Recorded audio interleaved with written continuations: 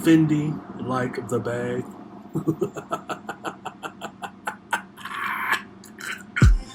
This is the I Refuse podcast. Hey everybody, this is Mr. Fox of the I Refuse podcast. You know, it's been a little while. There's been a lot that's been going on as far as women in relationships. You know, there's the Nicki and Kenneth Perry situation that continues to go on. Then, you know, there's the Danileigh and DaBaby situation that continues to go on. And I guess I'll just start with Kenneth Perry and Nicki Minaj. So, you know, already on this channel, I've covered the Jennifer Hugh interview. If it's not on Spotify, it's on YouTube. The interview she did on The Real roughly a month ago, right?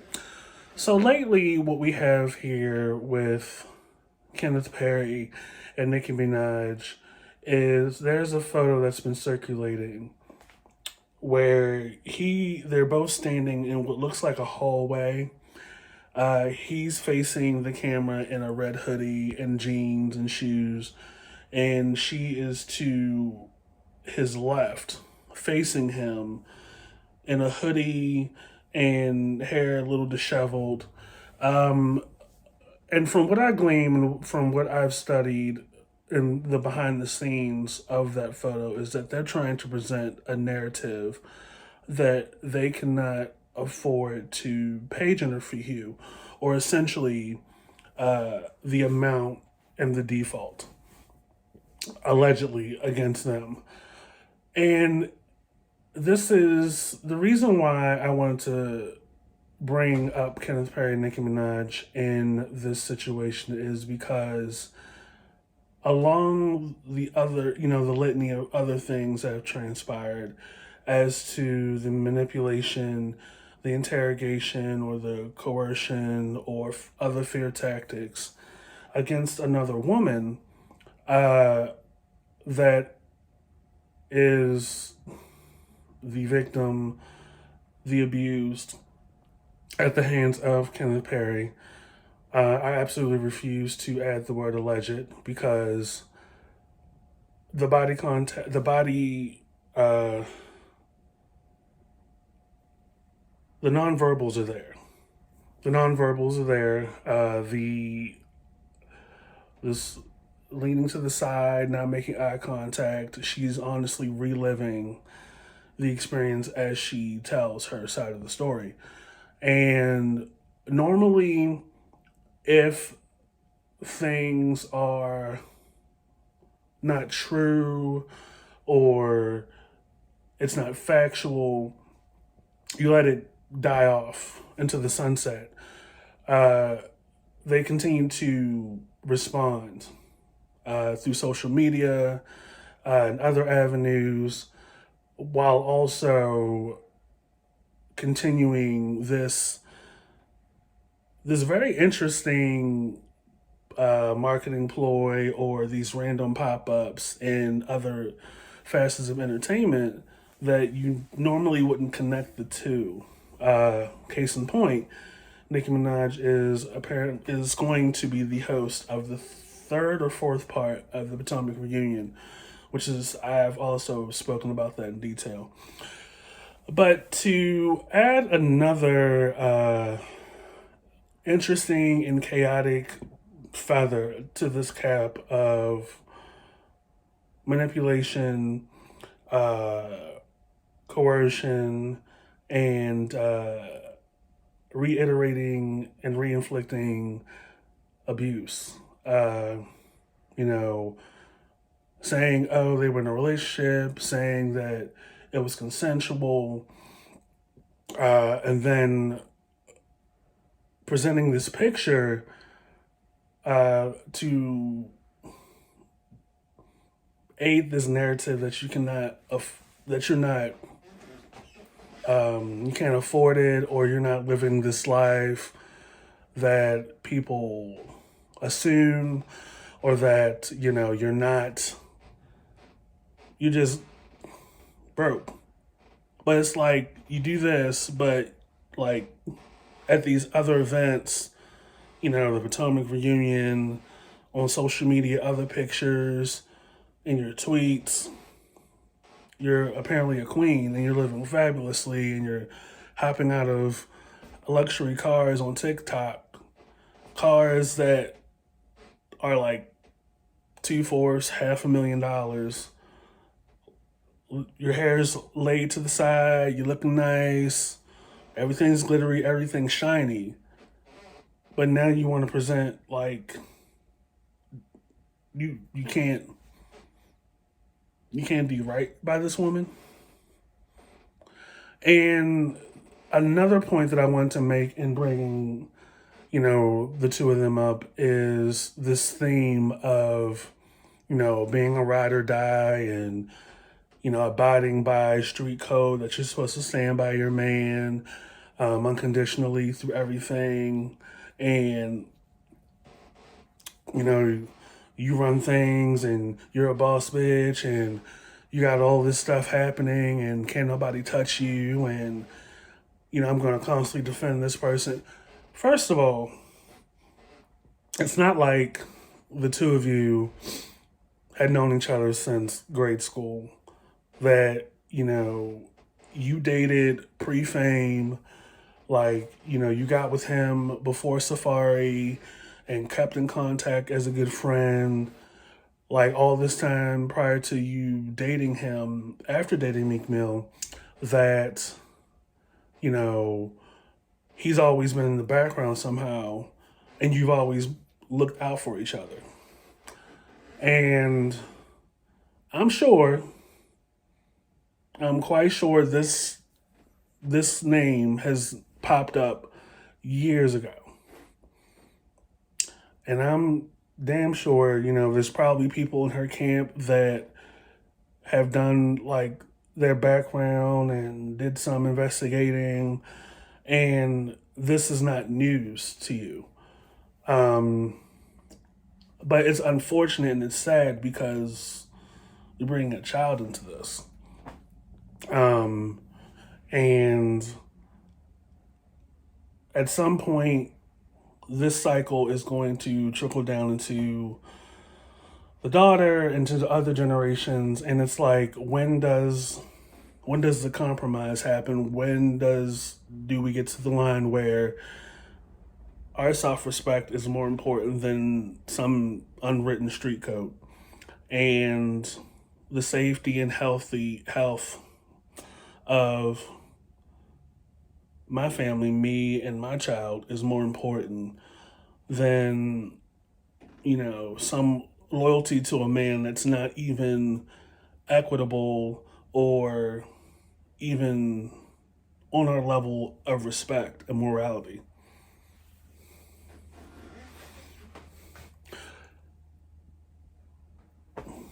It just makes me wonder. It just makes me wonder. I mean, when you think of the levels and the depths to which, she has gone to remain by this man's side, even going as far as to participate in the bobbing and the weaving and the commitment to presenting different narratives that only aim to either downplay in the public this woman's experience and of the man that you're with, while also in the background being about force and fear, allegedly. Makes me think there's some kind of mental or emotional or verbal manipulation being done to her while married to this man. And I want to point out that it's definitely possible, no matter how good the person looks, the man looks, how well dressed, how smooth he talks, how fine he looks. Manipulation and the the things that come with it and how it looks are definitely forms of abuse, and manipulation is definitely another form of abuse. And whatever a man tells you that is more than likely not true in an effort to leverage his place in your life. Uh, First of all, that's not love. That is not even a respectability. That's not a reflection of the value that even friends have. Me having gone through a personal experience with people I shared my space with, there is definitely a very damaging quality it does to your spirit. It does to your ability to function. It does to your emotional well-being that love just doesn't do. Real true love. That's how I know there is an abusive quality. She doesn't even look or move the same. She doesn't even look the same in the picture. So it made me turn my head like, Molly, you in danger, girl. Blink a couple of times, Morse code wise, to insinuate or tell us that you are not in a healthy relationship and that you need an escape route. Because there's another side to this whole street code thing and being with a thug and being with unsavory people that you really feel like you can't get out, no matter how bad things get. And let me be clear, a man does not have to physically, a man does not physically have to hit you for it to be damaging and for it to wear you down and bring you down, uh, drag your fake booty down to the ground and across the room. It just doesn't, it just, it just does not look good. And I want us women, I said us like I'm a woman. I want women out here, to unpack and disassociate themselves from years of whether it's been taught from the moment you were brought up, whether it's been, I guess, socially or chemically passed down to you from other generations. The ideology and the attitude that the man is the king of the castle, meaning that you do what he has to say, that that you follow him regardless. That you put all your trust, all your value, all your dependency, all of your wherewithal into another man. Doesn't matter if he is a man that works at Sprint. Doesn't matter if he's a man that used to work at Circuit City. Doesn't matter if he's a man that has a yacht in Italian seas. It does not matter if he's bagging groceries. Hell, it doesn't even matter if he has a record label. There is absolutely no reason. You got to have yourself separate. Know yourself, trust yourself, be confident in your own skin. Individual, separate from the man. And another thing, like, it's very important that the kids that we have and the generation that comes behind us and the younger kids, younger adults that are around us see that. Time and time again, even when I was growing up, I've seen a case where a woman, no matter if she's white, black, purple, green, polka dot, whatever, is a homemaker, is a stay-at-home mom with or without a nanny, is held to her kids day in, day out, while the man goes out and makes all the money, right? Time and time again, it's either a case of he's either like out having other women, thus not giving you what you need and what your relationship deserves, or he is out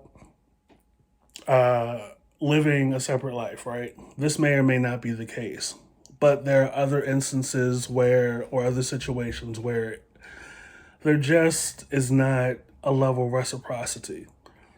Women are not seeing the time and the age and the investment that they're putting in as mothers, as wives, as caregivers, as nurturers. And there's always this imbalanced social responsibility that rears its ugly head in gaslighting, where if a woman is with a guy and it's very clear that the guy is the abusive party, that we come down harder on women. Oh, well, you knew what you signed up for, and why didn't you leave sooner? And why didn't you just, get out? Like, why'd you have to have a baby with him? All this other stuff. And that just kind of reiterates like misogyny, the fact that society just does not like nor respect women. And that kind of thing just goes back to generations and generations before now. Like, women just can't win. It's like, if we rely on our man and we get disappointed and we get let down and we get left behind, we look stupid. If we stick up to our man or demand respect and become these independent women, we're bashing men.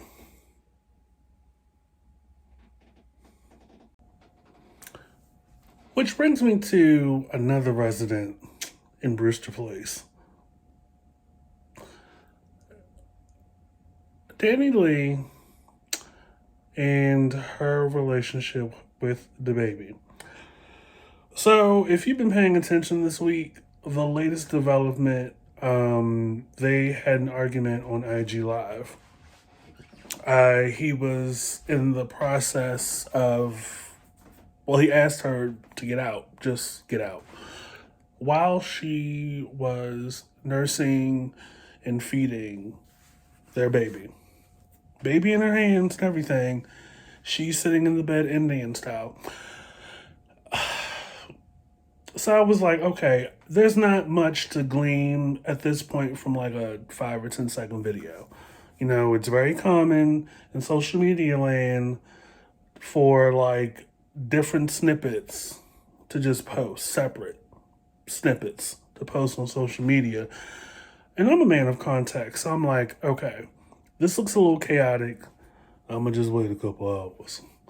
So, not to either the same day or whatever, I went over to her IG Live and went through her story and pieced it together.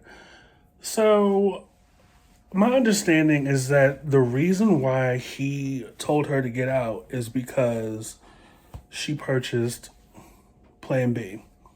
And the Plan B, I believe, was sent to the house that they share. So, for me, this puts me like emotionally, as far as like caring and my bandwidth, my capacity for empathy, like given the timeline on both sides, the timeline with Danileigh, the whole colorism thing, the fact that their relationship now was preceded by the fact that she was the side woman while he was with his previous baby mother, the one that had been with him prior to Fame. And then, the colorism thing, Danileigh is of mixed ancestry, mixed ethnicity. And whether it was promotion for the song, that one song she had, or whatever, I mean, deep down, I honestly believe she felt this way. And, along the same lines, after the song came out, He Wanna Marry Me, she went on this whole tirade and rant, downing or implying that she is of higher grade because she's light skinned and because he chose me. And those of us out here aware of the fact that DaBaby's previous baby mother is a gorgeous, beautiful cocoa brown woman, and given like the totality, the reality that tends to be the case with celebrities, specifically black men, that they have a day one that is black, and then when they get put on, they start to migrate a couple of shades away, or just abandon entirely, black women, and starts to get with women of other races. And there's nothing wrong with that, but it's definitely there's something that comes with that we don't discuss enough of, which is, the implication that you're only beautiful if you're light skinned, you're only desirable if you are not black, that you are only beautiful, that you are only healthy, relationships only happy and healthy if you are light skinned. Which is crazy to me, because we've come so far as what we've been taught by civil rights leaders, that it's not the color of the skin, it's the content of the character. And for me, even given the context of that line and given the times of which that line was spoken, that could be taken across the entire board. Not just between black and white races, but between the different shades upon, we fall in. Because it's like, no matter what, it doesn't matter what race you are.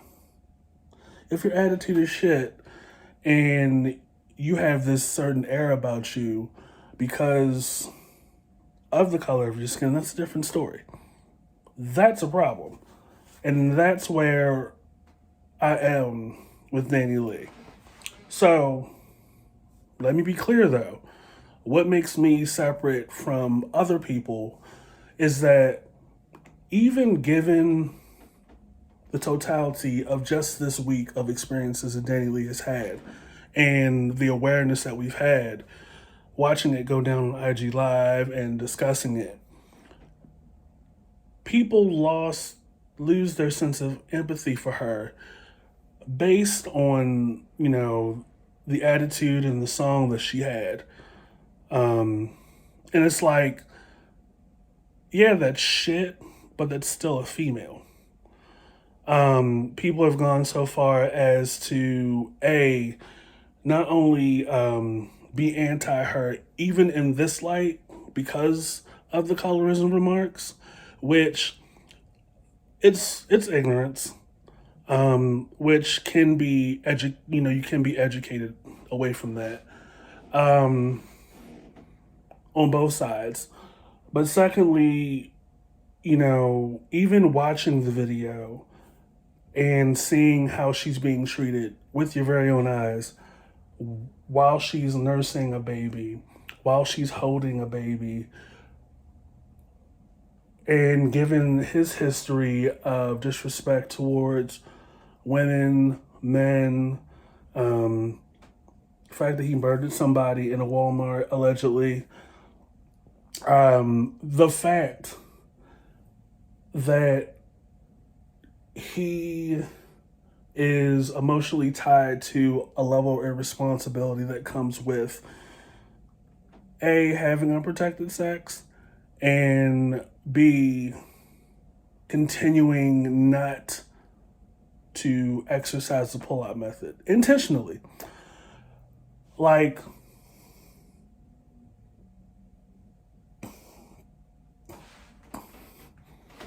is anybody getting this? Like, is anybody getting this? Like, and I didn't even get to the alleged homophobic rant that he had at, what was that, Rolling Out, Rolling Loud, Rolling Away, that festival. And it's like, I really want to give, like, I couldn't jump on that. Like, I really couldn't jump on that bandwagon, like, to be so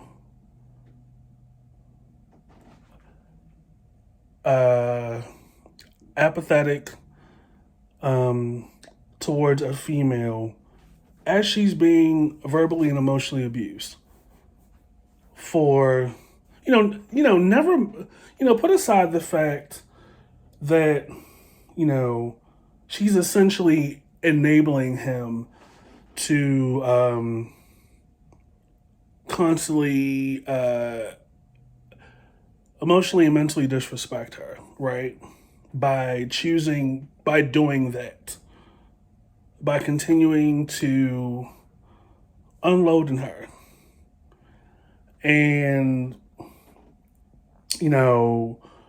not even give her credit for, like, getting Plan B. Like,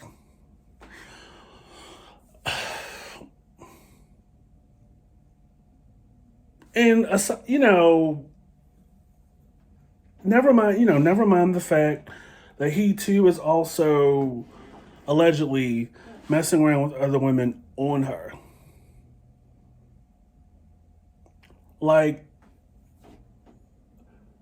you got to be some kind of messed up, right? As a man, to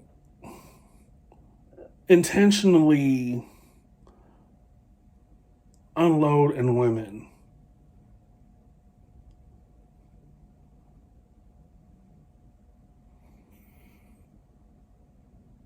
Knowing full well that will cause them to have children. Like, y'all don't feel like that's some kind of abuse to that? Like you just want to keep doing that, knowing it'll lead to having multiple children. Like, and then, to be upset with her for putting herself, I guess, kind of first. Because again, like, you got Plan B, but you're still with the dude. And people were like, well, didn't she know what she was getting into? And, she should have been left. Like, didn't she know his history? And I'm like, none of us out here are in that great of a situation. There are definitely nuances in every relationship where things are not always balanced, or things are not cohesive, or things are not always going to be functional. But it's common that in social media there's always going to be a person that will get very judgmental behind that keyboard, but will never have the energy in public. But it's like any little thing sets off a flurry of judgmental attitudes. And it's like, I can guarantee 9 times out of 10, the people in that very thread are in a similar situation. It may not be an example that plays out on IG Live like they see between Danileigh and DaBaby, but it could be, you know, the fact that you're working, he isn't. He takes you to your job in your car, keeps your car all day, doesn't answer the phone, doesn't really communicate that well. And then on top of that, this may be different from case to case. He sleeps around on you, or he puts his hands on you, or both.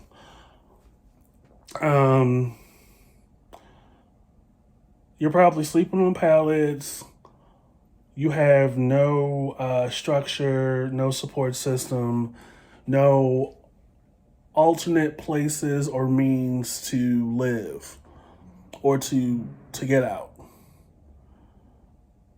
And you want to, allegedly theorizing myself, you want to come down on another female? And like, you just seen her like being disrespected in front of her child while holding her child. Like, and people have to remember that children, this shit gets passed down to children as early as babies. You know what I mean? Like, they pick up on this kind of language and this kind of treatment and model what they think love is from that, right? But, you know, y'all, in, you know, reading the comments and looking at the comments and stuff, I'm like, I can definitely read between the lines that these are people that are DaBaby fans.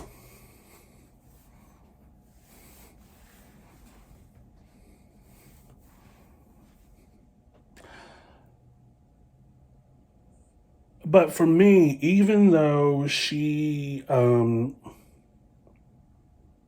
is allegedly or concretely a colorist, I can't say for sure because nothing else has come out in that realm since then. But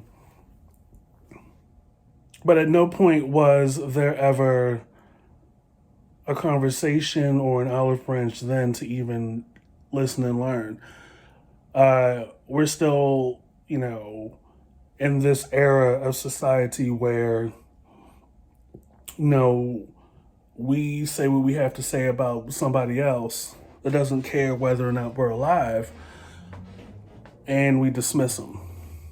Oh, and, you know, cancel them. Oh, I'm not listening to his music anymore. Well, were you really listening to him in the first place? You know, context does still matter.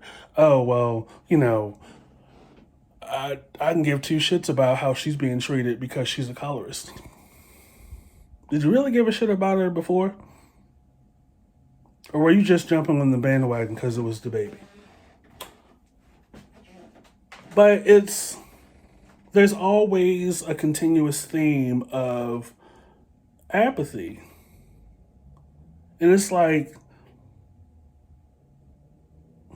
if it was you, like, the mistreatment goes both ways. And people actually think they're activists and are in the right, or it's just an opinion. No, you feel that way. You actually feel that way. And people think it's some kind of civil rights, or not civil rights, but like something to that level, by sitting behind a keyboard and downing another person. Like, no matter what you think her stance is, no matter what you think her attitude is, she is being disrespected and abused either mentally or emotionally. Like I said, there's different forms of abuse. And to do that in front of your child,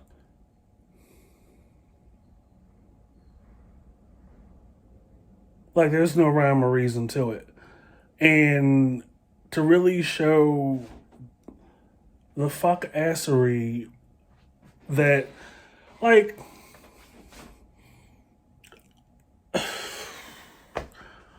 the rapper thing, I'm like, I stopped listening to DaBaby, I think, pre-pandemic. And it went downhill for me after that. And I'm like, okay, aside from the fact that you kind of rap and sound the same on all your songs and features, like, I honestly didn't actually think then, when I first was introduced to him by way of Megan Thee Stallion, that you really live this disrespectful life. Like, all hood ain't good hood. Like, how do you evolve as a man from here? You know what I mean? Like, you gotta have some weird mental and emotional disconnect, dysfunction to actually be upset that a woman that you're with, that you guys live together, are having fun together, feel some kind of way that she got plan B. To actually have an argument with her and call the cops on her to get her kicked out. Ugh. And my heart goes out to her and her baby, because that's fucked up. And I don't care what your attitude may be about people that look like me, or, different other shades, whether in a song or whatever. It's just not worth it. Like, she needs to be supported, and she needs to be looked out for, her and her baby.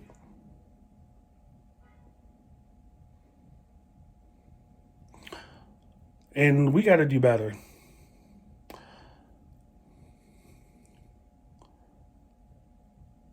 Like, I would have had advised her to leave probably 6 months ago.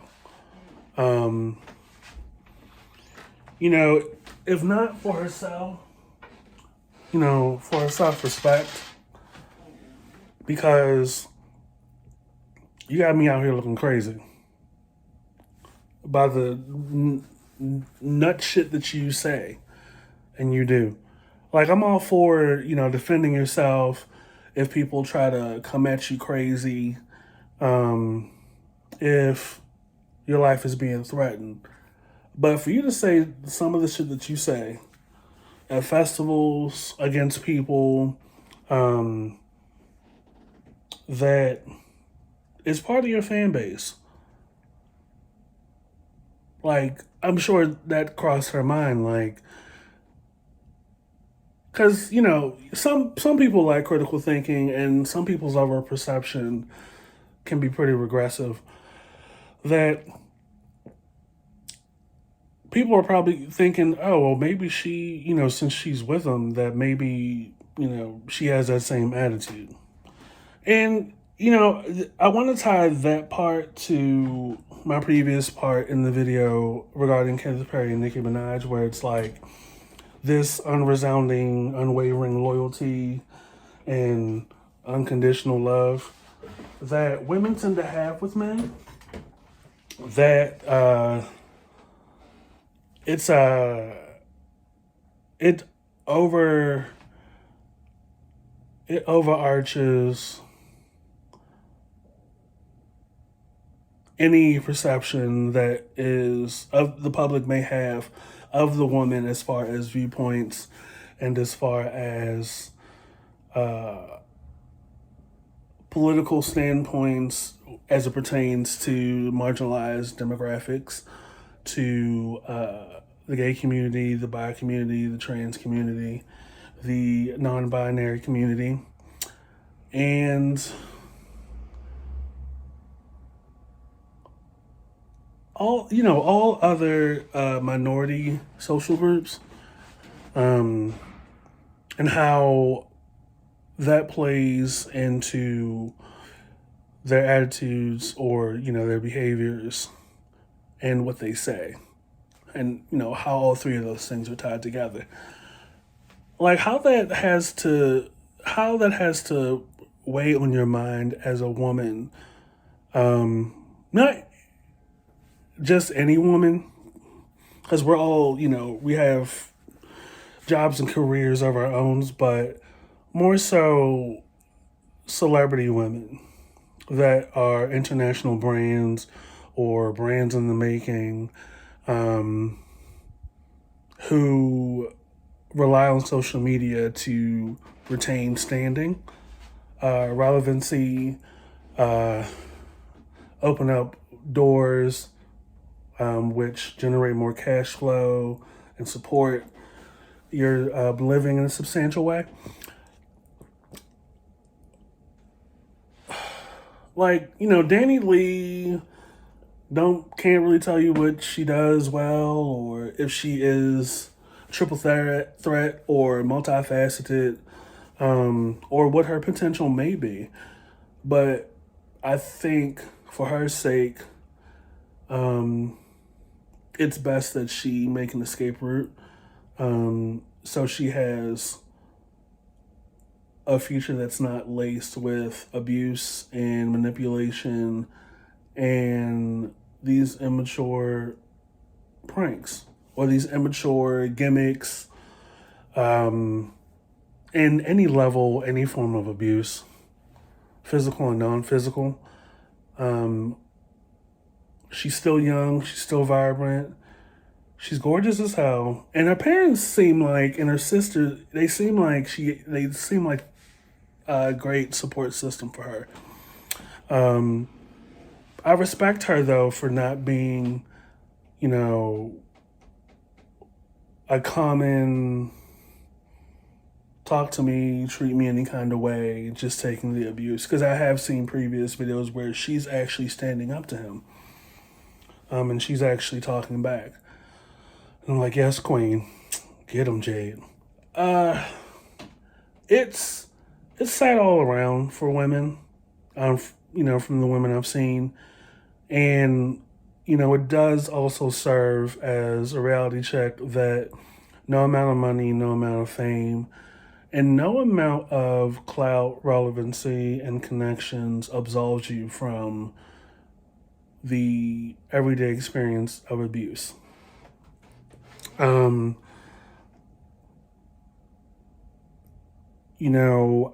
I first got the news about the Danileigh DaBaby situation, there was a bit of petty in me that came out. I've since grown since yesterday. I've grown. That couldn't escape reiterating the boomerang effect.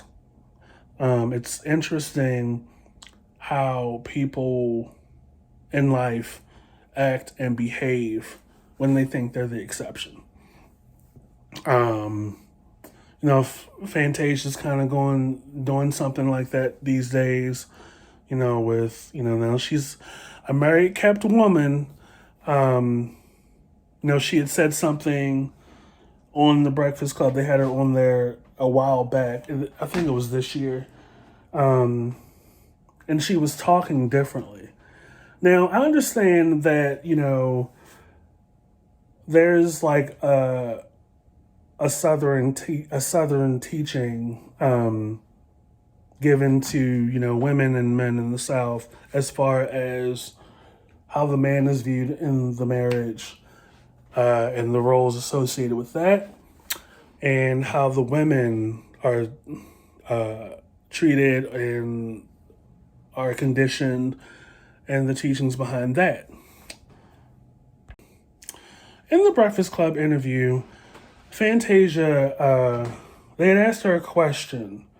I think it was a relationship-based question, like something like who should pay for dinner, or who rolls in the house or something. And she had said something to the effect of,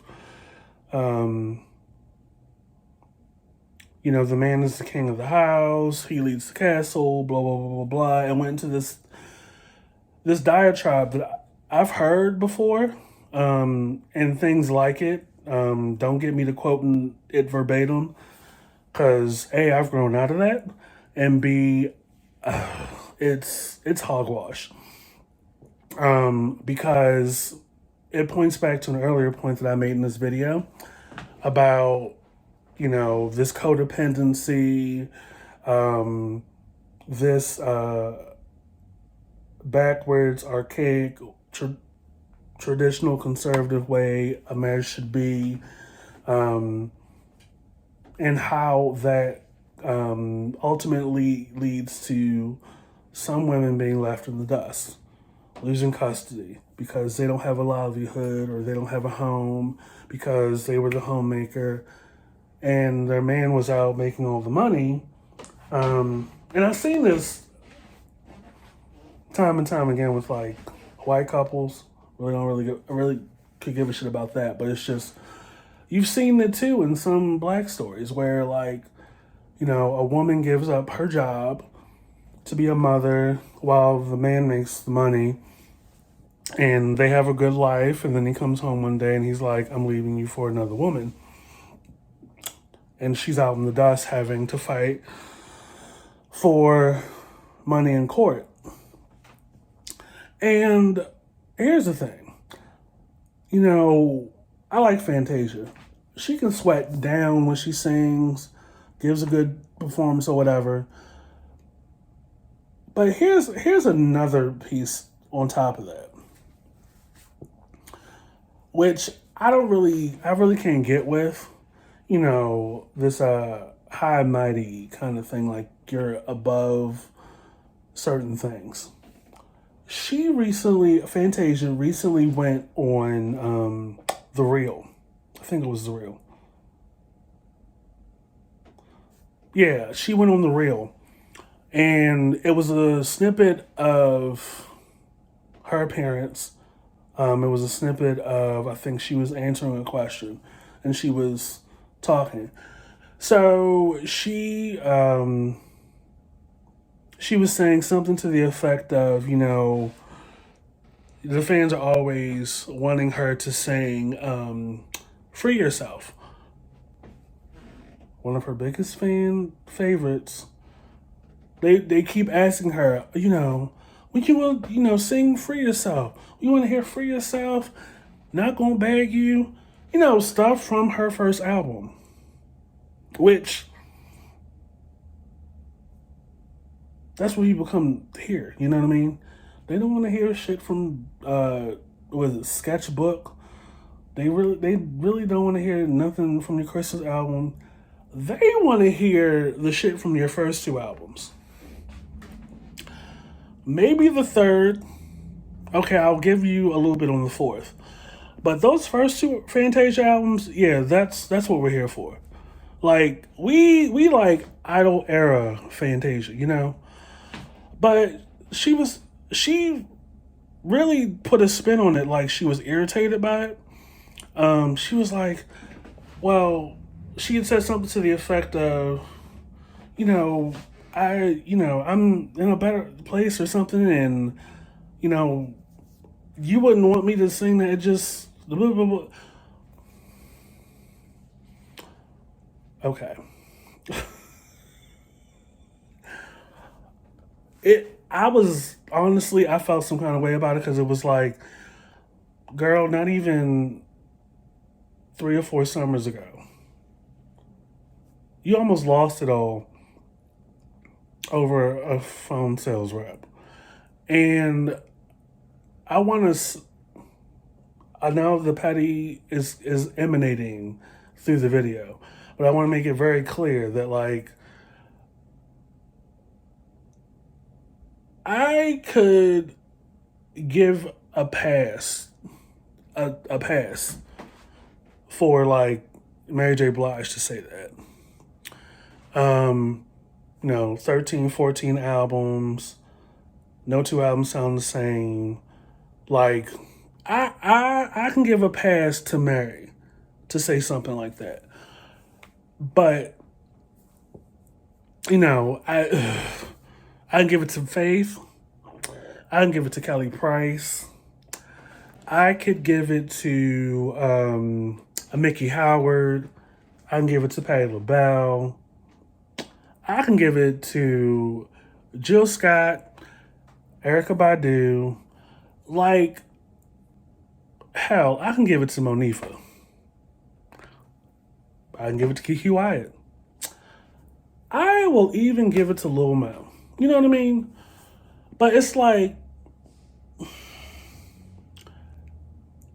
Fantasia's in, like, this category, this box over here, right? Where it's like, you know, you have, Brandy, Monica, Aaliyah, and then you have, like, the Idol era people, right? Where it's just like, your early stuff is essentially your best stuff. And the longevity and the shelf life of a career of people from Idol is not that big or that long. Unless they kind of, like, go into other areas of entertainment, not just recording music. Like, you see Jennifer Hudson has what, about 3 albums out, but has done Broadway, television, done movies, even did some animated stuff, but still has material. You know what I mean? Like, I think she did Cats. She did the Aretha movie. Of course, she's going to do the music, but she has a diverse catalog, you know what I mean? And she can sing her face off, and it's not just one particular genre. So she's going to eat. She's going to eat for a while. Fantasia, though, like, she does the gospel thing pretty good. She came from the church. Not a lot of people, like, listen to gospel. I don't think gospel, if you think about it, has, like, an international reaching. Not like a pop or Broadway standard or, pop and Broadway's. That's just the name of the game. But for the most part, Fantasia has a pocket. And, it's a bit of a smaller scale. It's not, her voice and her sound is not for everybody. And sometimes that comes up in sales or whatever. But we still love her, right? Amazingly talented, can perform down. Everybody sits on the edge of the seat when the curtain comes back and she's barefoot, ready to rip the fucker off. Great for, like, touring. Get your money, eat well. She'll eat well from touring, right? But let's keep it real. Like, your best stuff is from your first 2 albums. Like, people still fall out when, when I See You comes on the radio or it comes on Spotify. People still hoot and holler when Truth Is comes on, Bittersweet comes on, Free Yourself comes on, Not Gonna Beg You, If You Believe, or When You Believe, I'm His Only Woman. Like, she has a really strong set of maybe 10 or 11 solo songs that bang, like high replay value. Why not just give the fans what they want and be appreciative of it? I'm sure, you know, like Maxwell, Brian McKnight, Mariah Carey don't really have, they probably have a couple of songs that fans love that they may not particularly like, but they don't communicate that because it comes off ungrateful. You know what I mean? It comes off like, oh, you really don't want to entertain. Because the thing about entertainment and music and other creative arts is it's a give and take. You know what I mean? And you, although you're happy and you're in a strong relationship and marriage or whatever, which, quiet as it's kept, really shouldn't have any bearing on your music to the point to where you're like, oh well, I'm married now, so I don't know that old Fantasia. I don't do those that first album when I was sad and down and depressed. Girl, you had just one idol. And you were well on your way. Not to say that she wasn't, but it's like, come on. You can't even give us a medley. Like, it just kills me sometimes when people do that. Like, you know, I've heard, you know, heard this kind of thing from Mary, but Mary still kept recording and she diversified herself, right? So, but it was never in that tone in which Fantasia had said what she said. Um, but you also saw it in Mary as well. Like it wasn't like a put down or anything. And we embraced it. But also, by that point, Mary had been in the game 11 years. And steadily, by the way. I don't know. But, you know, the women of Brewster Place this week really are really something. Women of Brewster Place this month has been really something to watch. Like, you know, you got Nicki Minaj and Kenneth Perry in one unit. You have Danileigh with DaBaby in another unit. And you have Fantasia and her husband in a unit. I wonder who else is going to move into the Brewster Place. I guess we'll just have to wait and see. Nevertheless, this is Mr. Fox that I Refuse podcast, and I will see you guys later.